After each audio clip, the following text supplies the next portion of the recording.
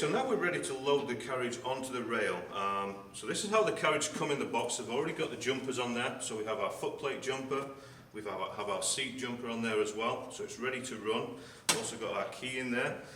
There's a correct way to pick these up to make it easy to put onto the rail. If I pick this up just as it is, now it's going to make it very difficult. I can't bend over far enough to see the rollers and to line this onto the track.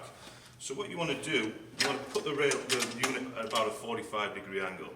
Have one hand at the top, one hand underneath here. So when I pick it up, now I can easily see what's going on and I can line that up onto the track. Okay, so I'm just going to angle the unit, pick it up at a 45-degree angle, and then right now I'm just looking at those bottom rollers, lining those into the channels. And as I lower this on, I just want to keep an eye on those charge pins so that I don't bash those charge pins onto the rail. And I'm just going to feed those charge pins into the channel and just gently lower it down onto the gear rack. And as you can see, because we left that last section of gear rack out, it makes it really easy to load the carriage onto the rail.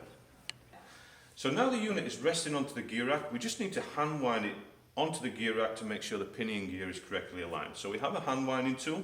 Just going to locate that onto the end of the motor. And we also, on the side of the unit, we have a brake release. This is just going to make it easier to hand wind. So we flick this switch. Now we can just hand wind that onto the gear rack. About 15 turns is good enough. It's just going to ensure that that pinion gear is correctly aligned. Flip the brake back on.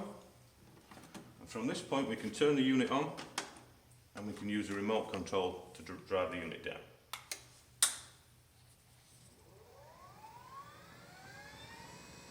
To install the footplate, we need our footplate assembly. We have this plate, 3 bolts and a spacer.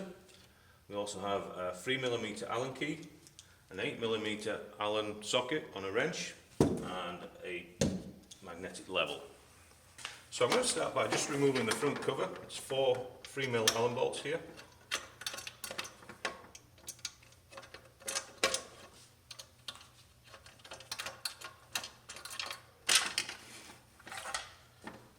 And then we're going to fit this spacer onto the unit. You can see on this spacer we have one where you can see the weld, and then the other side is clean. We need to make sure the weld sits into this countersunk piece here.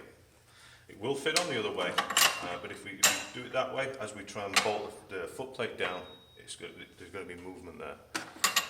So we just need to make sure that weld is sat against the chassis. You can go ahead on the back of the footplate, we just have a hole there. We're just going to line it to this peg. So as you offer it up, just hold the wires out of the way, and then you put a bolt in each side. I'll just get these about halfway with my fingers firstly.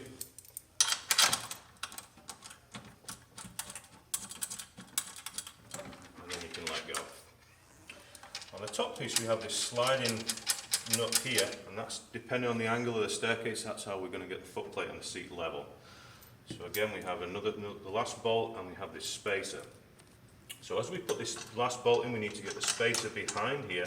And it's a big, large internal diameter spacer, so it's really easy. And then once you're on there, you're just going to line that up with the nut and then start that in there.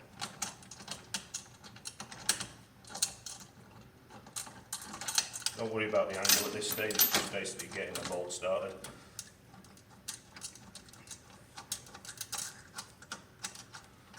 Okay, so once we've got all 3 bolts started, we can then put a level on top of the seat post and level the footplate and tighten everything down.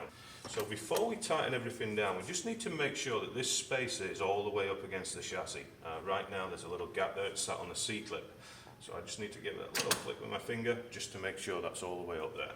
Okay, and then we can just look at the level, make sure we're level, and tighten everything down.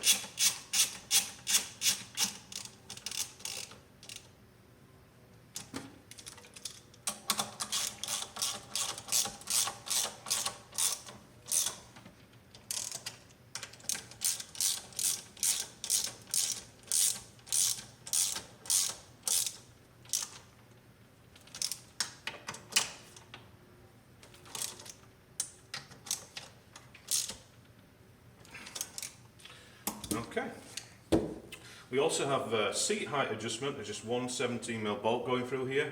Right now it's on the second setting. When they come out of the box, it's going to be on the very lowest setting. I normally recommend either the second or third hole. Suits most people. This one's already been raised by one hole, so this will give us an 18-inch seat to footplate height. It actually ranges from 17 to 20 inches. So we also need to connect the footplate to the chassis.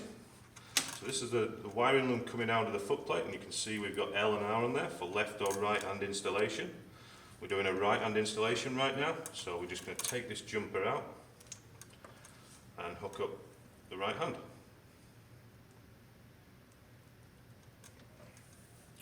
We also have an extra wire coming out of the unit here. This one doesn't actually plug into anything, but this is just a place where you can actually test your batteries without taking the covers off.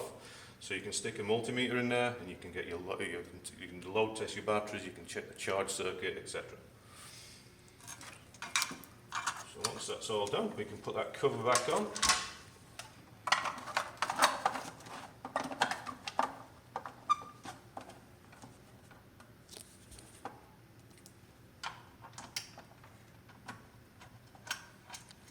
This helps to hide all the wires, make it look nice and neat.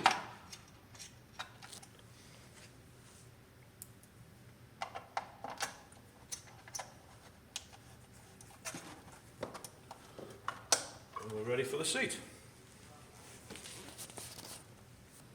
Okay, the seat assembly is fully assembled out of the box. So all we need to install it is this little plastic spacer and a cotter pin. So we just firstly need to remove the seat jumper, and then the seat will just slide straight onto the seat post. So as that drops down, you just want to lift the handle just to make sure it locks in place correctly,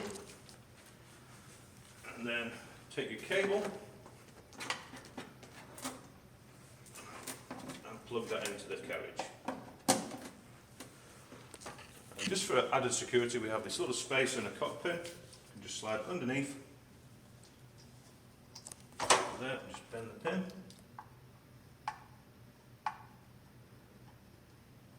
And that will just stop someone lifting the seat off while it's in use.